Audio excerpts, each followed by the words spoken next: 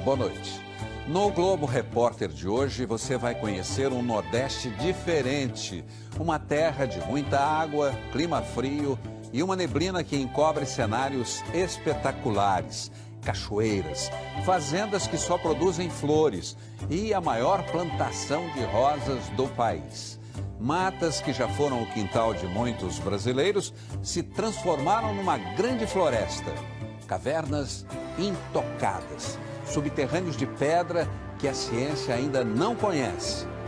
Quem imaginaria que uma vegetação amazônica sobreviveria na região mais árida do Brasil? Nestas matas vivem animais que nos ajudam a entender a história do planeta. E uma imagem rara, nossos repórteres mostram o relógio solar no dia mais curto do ano. Mata Atlântica, mata úmida, ilha de frio, cercada pelo calor do sertão.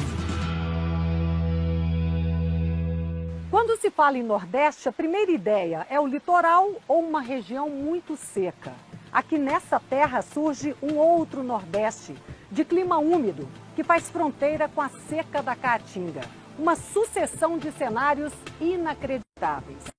Terra que foi habitada por povos indígenas muito antes dos conquistadores europeus se apaixonarem pelas belezas e pelas riquezas daqui.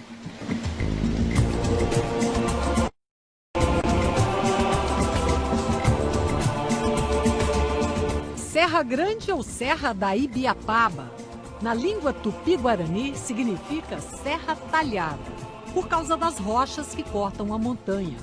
Um lugar que também é conhecido como Chapada de Ibiapaba.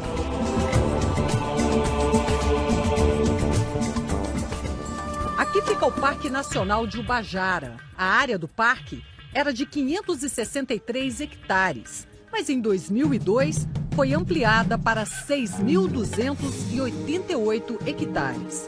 Rio da Trilha, o Paraíso. E o abismo das rochas que existe aqui há muito tempo.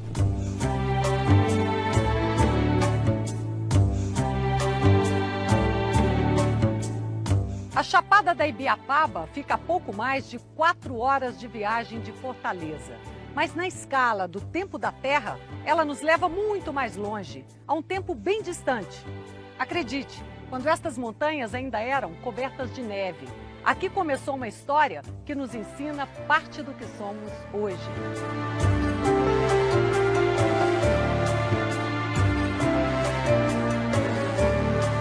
Difícil de imaginar que há 10 mil anos aqui na era glacial, nós tínhamos temperatura a menos, né, de 10 graus aqui nessa nossa região. Nós temos a Gruta do Urso Fóssil, que lá foi encontrado o crânio fossilizado de um urso, que hoje só tem na Cordilheira dos Andes esse exemplar de animal parecido com ele. Sebastião é técnico ambiental e hoje é nosso guia. Essa é uma parte nova do Parque Ubajara e a presença de um guia é fundamental. Apesar de ser um parque nacional, ainda faltam recursos para sinalização e cercas de proteção. Seu Raimundo vai improvisando o caminho para nos levar a outro lugar muito especial, os Paredões de Janeiro. Esse lugar serve de passagem desde o tempo em que tribos indígenas se escondiam do invasor europeu. Às vezes com a cachoeira sobre suas cabeças, um lugar perigoso para se esconder. O quintal de seu Raimundo sempre foi um desafio para aventureiros.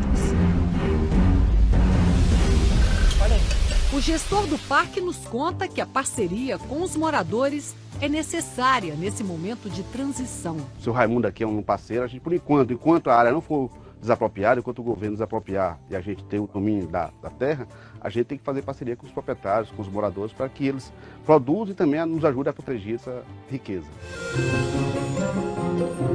Nos despedimos de Raimundo e Teresa com um café à luz da lamparina. E vamos para a parte antiga do parque. Criada em 1959, a área de floresta guarda muitas surpresas. O teleférico do parque é um dos cartões postais da Serra da Ibiapaba. Ele desce 550 metros Esse bondinho é uma alternativa para o percurso longo de quase 4 horas de caminhada do começo do parque até a Gruta de Ubajara. Isso sem falar na visão grandiosa, maravilhosa que se tem aqui de cima.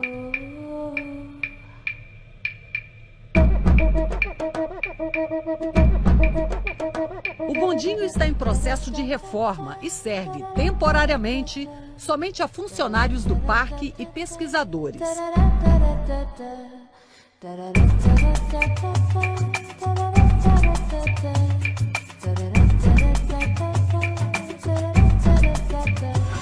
Mas a gente vai subir de novo e percorrer as 4 horas de trilhas cheias de história que levam até a Gruta de Ubajara.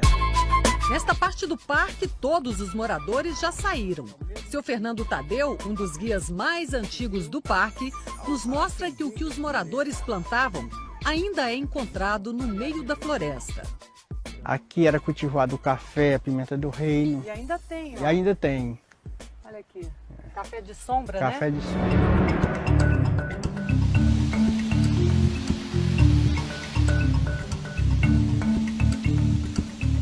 Nossa primeira trilha vai nos levar até o outro lado da montanha.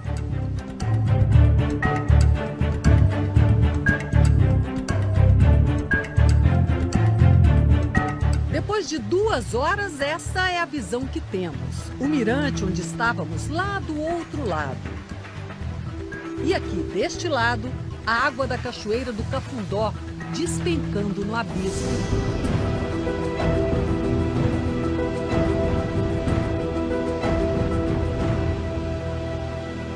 Vamos descer por uma trilha histórica. Esse era o caminho que levava as pessoas do distrito de Araticum até a cidade de Ubajara. São 7 quilômetros, que já foram frequentados por índios quando o chão era de terra vermelha. Depois veio o homem branco e colocou pedras. Pretendia ser uma trilha calçada, mas é, na verdade, uma pedreira bastante irregular. E seus riachos com pontes feitas de pequenas pedras são um convite às quedas. Todo mundo sente a dureza do caminho. A trilha é a única alternativa de fugir dos 60 quilômetros de rodovia que ligam o distrito de Araticum à cidade de Ubajara. Há quase um século, os moradores usam a trilha para fazer negócios no comércio de Ubajara. Eles vão levando seus produtos para vender lá na cidade. Trazem os animais, Sobem carregados e voltam e descem. desocupados. E era bem pior no início do século XX. A mulher, para dar luz à criança, tinha que subir aqui numa rede. Meu Deus. Então toda Hoje, a dificuldade tinha que passar por aqui. Tinha que passar por aqui. Meu Deus. Tanto a parte comercial como a parte emergencial, podemos dizer assim, toda era por aqui.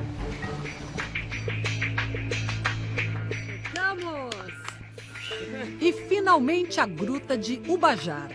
Até lá pela década de 1950, os arredores aqui da gruta eram habitados e os moradores faziam celebrações religiosas aqui dentro da Ubajara. E cada vez que eles vinham, eles deixavam inscrições aqui na pedra. Olha só, 1952, 1948, 1934. Essa entrada está toda pichada, mas a caverna está bem mais conservada. A gente vai entrar para mostrar. Vamos lá?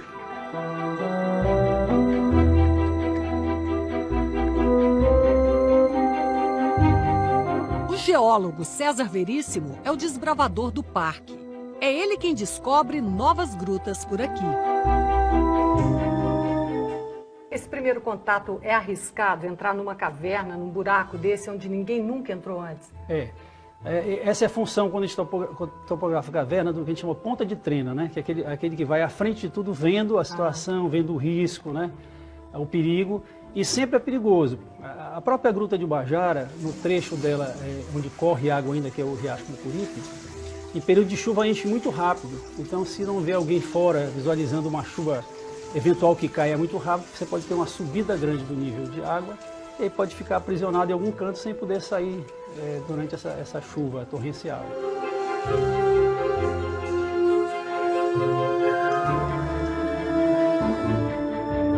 As cavernas da gruta se formaram pela ação do tempo e pela química, que mistura a água com outros elementos capazes de dissolver a rocha e abrir estes grandes salões debaixo da superfície do parque.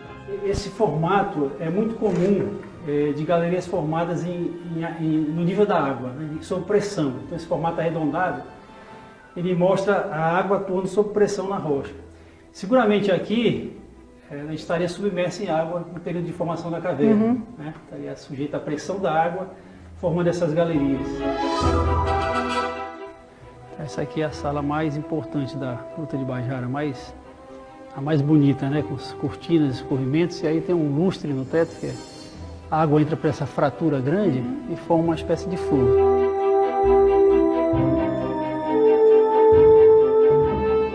A gruta também já teve seus donos, em Araticu.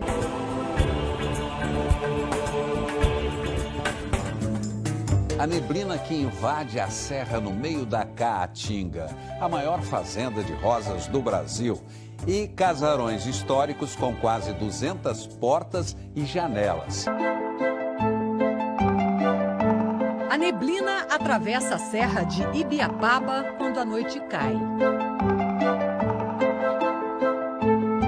Os moradores aqui de Viçosa do Ceará já estão acostumados. Durante o inverno, quase todo dia, a cidade amanhece encoberta por uma névoa.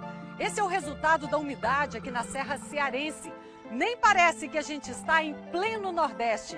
Olha eu surgindo aqui no meio da neblina. E a temperatura é agradável até quando o céu fica limpo, de 15 a 20 graus em média. E ao longo do dia, o sol vai revelando novas surpresas pelo nosso caminho. Depois da viagem, eu me sentei aqui para observar essa região. Até onde os olhos enxergam é tudo lindo, verde. Mas o mais surpreendente está aqui bem perto de mim. Um tesouro para essa região. Água limpa, transparente em muita quantidade. Um paraíso escondido entre as pedreiras do Nordeste.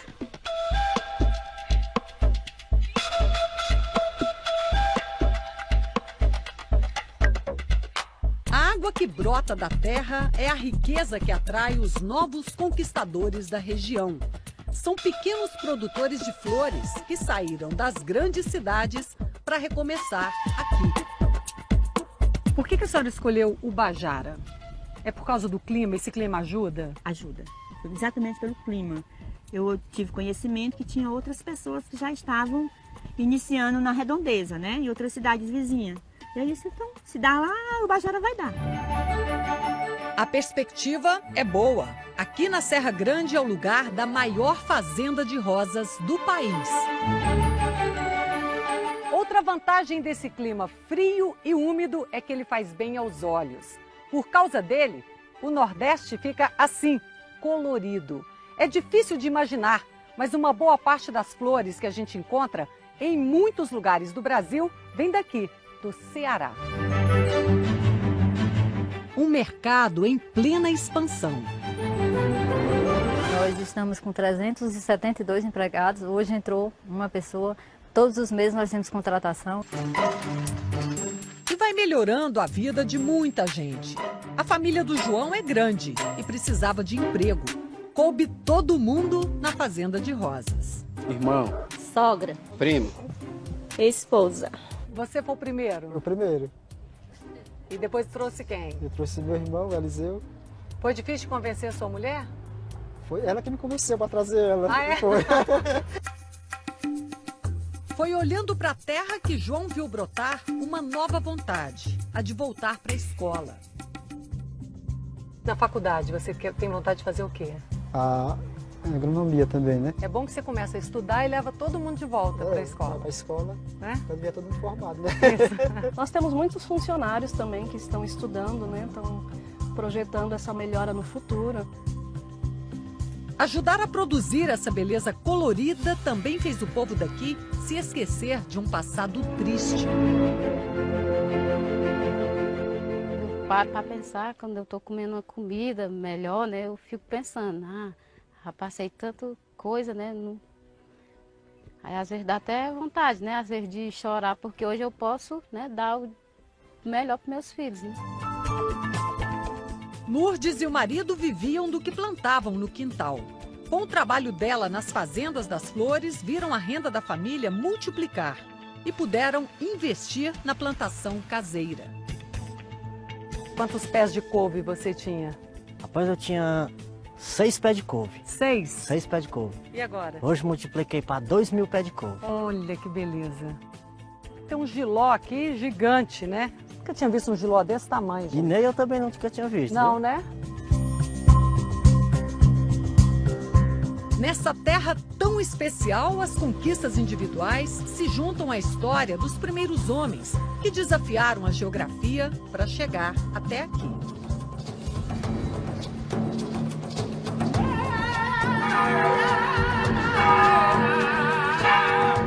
Na Serra da Ibiapaba já viveram 6.000 índios de tribos diferentes. Quando chegaram os primeiros colonizadores, começava a nascer o Ceará de hoje.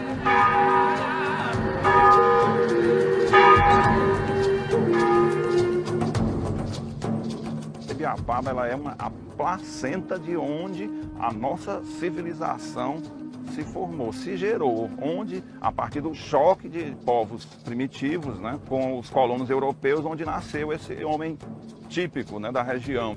Agora, essa geografia também dificultava um pouco o acesso desses colonizadores, né? Perfeitamente. Quando os europeus chegaram, né, principalmente os portugueses, eles se depararam com esse paredão enorme, né, e isso inviabilizou a conquista com a cavalaria. Os seus cavalos, as tropas portuguesas se mobilizavam rapidamente com as montarias, né? E não podendo subir e sair, os índios usavam como refúgio, como estratégia. Os nativos da terra Brasilis, o primeiro nome encontrado em mapas dos séculos XVI e XVII, usaram a geografia a seu favor. Foram muitos os conquistadores, holandeses, franceses e, finalmente, os portugueses. O motivo da vitória portuguesa? A cruz dos jesuítas.